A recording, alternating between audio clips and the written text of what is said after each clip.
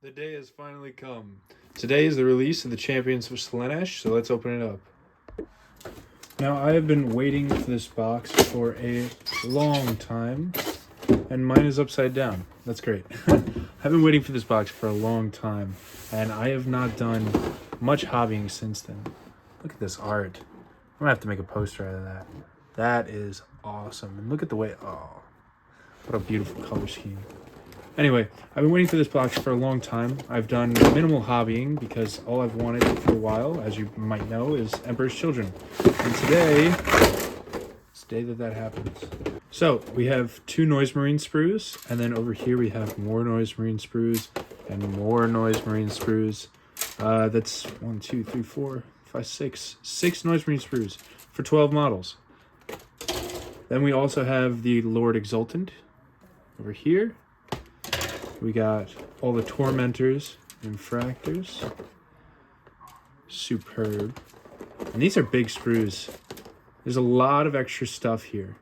I wonder what extra models you can build. Nice little Warhammer. Whatever, it's garbage anyway. But this is what I'm talking about. And just look at this codex. I heard that there's not that much lore in this, but I'm looking around and it looks like there's some more. Yeah, lore for the Flawless Blades. I mean, that's a little less. Usually there's like 2 pages full. They teach you how to paint your combat patrol. Okay. Don't care. And there's a section for Crusade rules. Not to be a downer, but I didn't know that Crusade rules existed anymore. Okay. This is pretty cool. So it seems like Crusade rules revolve around getting combat elixirs. So you get common ingredients, rare ingredients, exotic ingredients, and the exotic ones are named, so it's a little harder to get. So like this one's my favorite, the Anthrax Silk. 2-inch movement to everybody in your army. It's buffs for the entire army, so it's like the more wins you get, the better and more drugged up they're getting, which is kind of cool. And look at this. You got Crusade badges. It's making your character more honored by Slaanesh. It's really cool. And you have a whole Combat Elixir stash page, which I will be making a few copies of. Now, if I'm going to be honest, I have never owned any of the new data cards. I don't like them, but these are pretty cool. I'm not opposed. And these ones have the pink metallic color across as well. This is pretty cool. I've never used data cards before, so maybe I'll start using them. But today is not about reviewing the box. I mean, you've seen plenty of reviews already. The box has been revealed for a long time. Today is about painting and building the Exultant. I love to do little mini conversions with my characters, give them something small to make them unique. And for my Lord Exultant, my plan is to use this fist and magnetize a little spot there, so that way I can give him skulls to hold. And I could have a bunch of magnetized skulls. And the skull I'm using here is Duke Edward's skull, because I sold my Templars to buy these guys. So it's like he killed Duke Edwards. I think that's really cool. So the plan is to build the model all the way through and then build the fist last and see if the conversion's possible.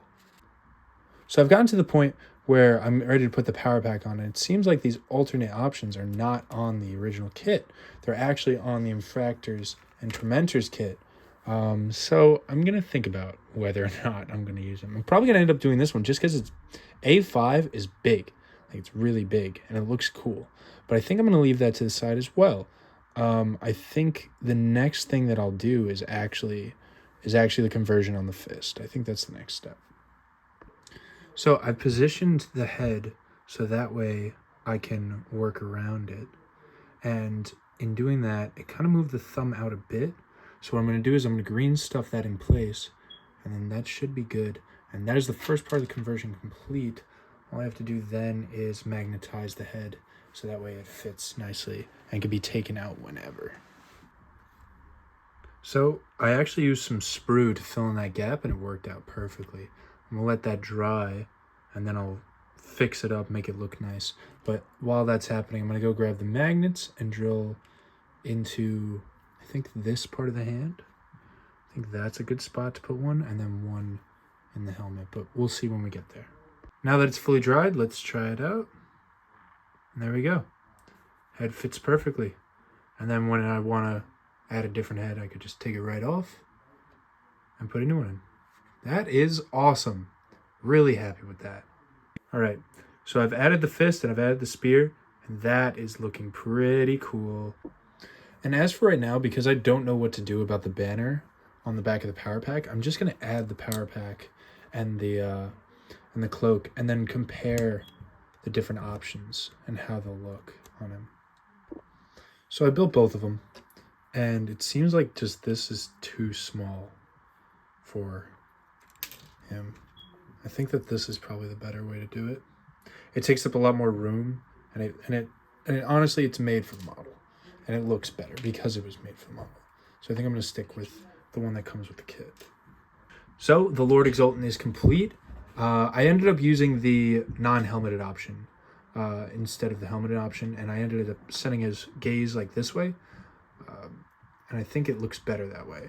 Basing him was actually kind of difficult to find the right spot to put him in, but that's all fine. I mean, it doesn't take that long. And the helmet is completely dry now, and I can add a bunch of different heads that he can hold out that he's conquered. I think having a little trophy system for this guy would be really cool. And if you look at the kit, this is what's left over. You get an extra shoulder pad, the pistol that you didn't use, the sword and the arm for the sword. So you could do that. You could use that somewhere else. The whip, the plasma pistol you didn't use, and then the other head.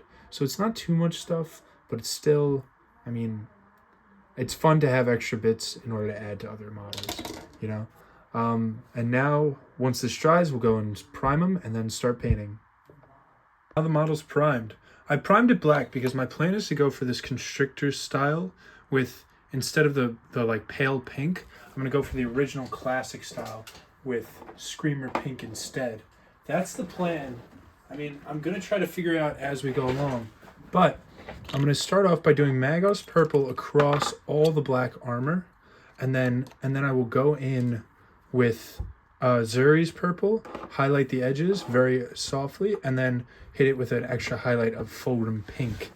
Then I'll go in and pick specific spots that are going to be in the classic color, which I think I'm going to do left arm, completely in the classic golden Screamer pink, and then this leg will be pink and gold as well. So now I have the purple, the Zuri's purple on, and over the black it's really, really dark. I really, really like it. It gives a really purple glow and still keeps everything dark.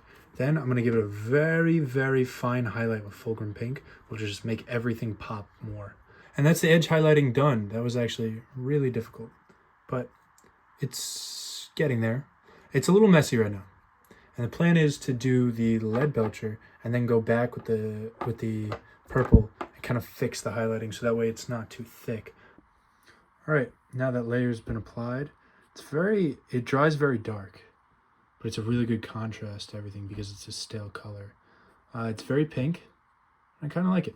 All right, so now all the base colors are down.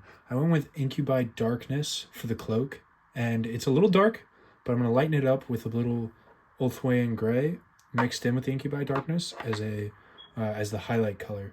But I definitely got to go back and fix these highlights. It took way longer than expected, but here is all the base colors and highlighting done. I went back, redid the cape because it was not right. I did Mephiston red, and then I hit it with Flesh Terrors red, and that is looking an ominous red. But up next is the metallic colors. I'm going to do Lead Belcher and Retributor armor, and then I'm going to fix up Duke Edwards' head, and then blood, and then that's it. Model's complete. And after more hours than I expected, the Lord Exultant is complete. He looks superb with all the silver and gold on it. I think it really brings the model together. Before it was a little bland, but now it looks great. I also put my basing on. I'm using Vallejo Diorama FX ground texture, but I'm going to paint that up tomorrow. When you ask yourself, who killed my Marshal Duke Edwards? It was the Lord Exultant. I'm calling him the Debaser. Write in the comments down below the band and the album that song is from, and you'll get one bonus point for the next quiz. I'm really happy with how this came out, especially the black armor. I'm going to do the black armor across all of my tormentors and infractors. And then the original Horsey design is going to be saved just for special models like this. But this is not my only video of, well, the next couple months, because I haven't posted in a while. Next Sunday, I'll be posting, finally, painting my Demon Prince. I'm very excited to start painting my Demon Prince. I've been thinking about him since I literally built him. But if you haven't seen the video where I built him, check out this video over here. And if you didn't like this video, check out this video. It's a battle report. I promise you'll like it more. Anyway, expect more Emperor's Children content coming up. I'm so excited to get back into hobbying. And yeah, like and subscribe, share with your friends. And I'll see you all next time.